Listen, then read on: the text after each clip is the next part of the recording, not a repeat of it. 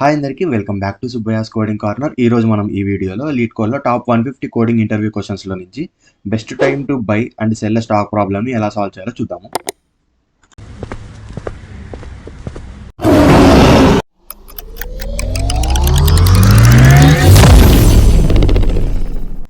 ఈ problem number 121 best to buy and cell the stock.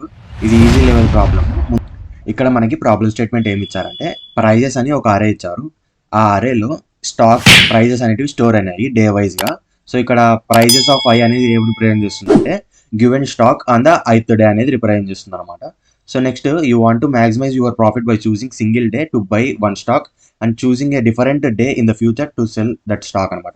అంటే ఈ లైన్ ఏం చెప్తుందంటే మనం ప్రెజెంట్లో ఒక స్టాక్ని కొంటే నెక్స్ట్ ఫ్యూచర్లో సెల్ చేయాలన్నమాట. అది కూడా మనం కొన్న స్టాక్ ప్రైస్ కంటే హైయెస్ట్ స్టాక్ ప్రైస్ ఏదైతే ఫ్యూచర్లో వస్తుందో అప్పుడు సెల్ చేయాలన్నమాట.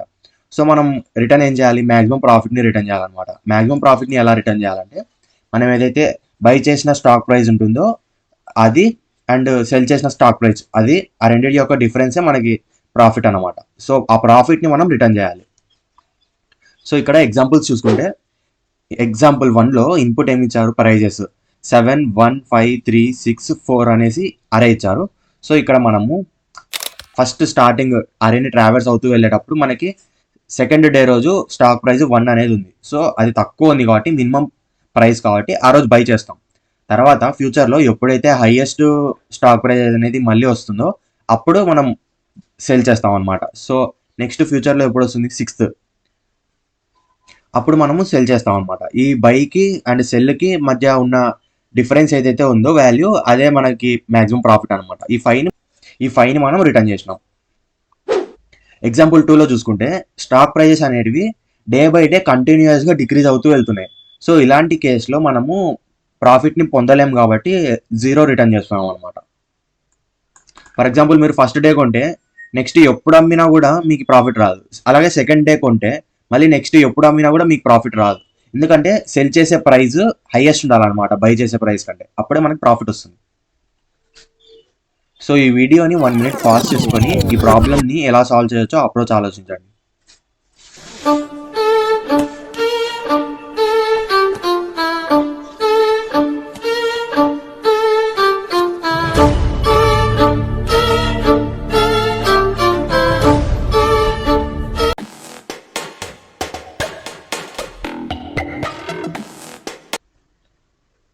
సో ఈ ప్రాబ్లమ్ని సాల్వ్ చేయడానికి మనకు ముందుగా 2 వేరియబుల్స్ కావాలి.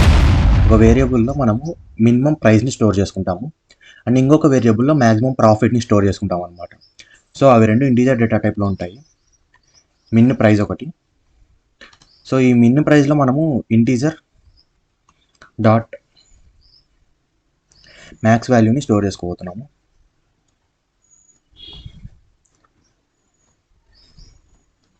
సో నెక్స్ట్ మనము ఇంట్ మ్యాక్స్ ప్రాఫిట్ ఈ వేరియబుల్లో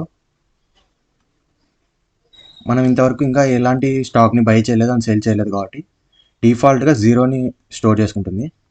సో నెక్స్ట్ ఒక ఫర్ లూప్ రాసుకొని ఫర్ లూప్ లోపల ఇంట్ i is equal to 0.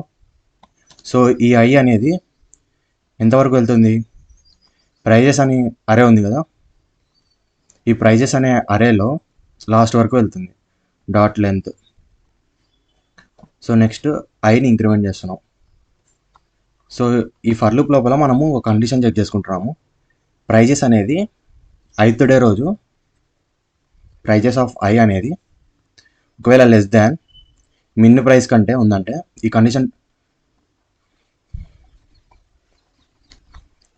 Condition true అయిందంటే మనం ఏం చేస్తున్నాము, మన మిన్ ప్రైస్ని అప్డేట్ చేస్తున్నాం అనమాట. మిన్ ప్రైస్ ఈక్వల్ టు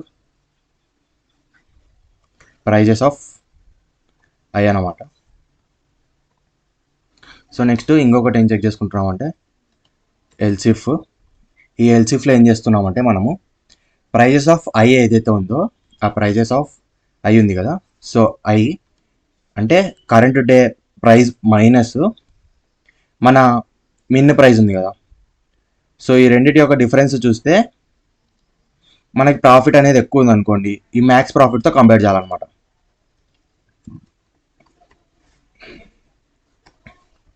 ఇప్పుడు మనం ఏం చేస్తాము, కరెంట్ డే స్టాక్ ప్రైస్ని మనం ఏదైతే మిన్ ప్రైస్లో స్టోర్ చేసుకున్న ఆ ప్రైస్తో మైనస్ చేసి ఆ రెండింటి యొక్క డిఫరెన్స్ని మ్యాక్సిమం ప్రాఫిట్తో కంపేర్ చేస్తున్నాం అనమాట. ఒకవేళ ఈ కరెంట్ డే అండ్ మిన్ ప్రైస్తో చేసిన డిఫరెన్స్ అనేది మ్యాక్సిమం ఉందనుకోండి, అప్పుడు మనం మ్యాక్స్ ప్రాఫిట్ని అప్డేట్ చేస్తాం. Max profit is equal to ఈ మ్యాక్స్ ప్రాఫిట్ లోపల ఏం స్టోర్ చేస్తాము, ఇప్పుడు పైన ఏదైతే మనకి డిఫరెన్స్ వచ్చిందో ఈ డిఫరెన్స్ని మనం ఇక్కడ స్టోర్ చేసుకుంటాం. సో నెక్స్ట్ ఇప్పుడు వచ్చిన ఈ మ్యాక్సిమం ప్రాఫిట్ని మనం రిటర్న్ చేయాలన్నమాట. Return max profit. ఒకసారి రన్ చేసి చూద్దాము.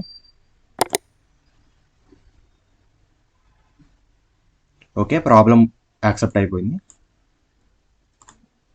ఒకసారి సబ్మిట్ చేసి చూద్దాము.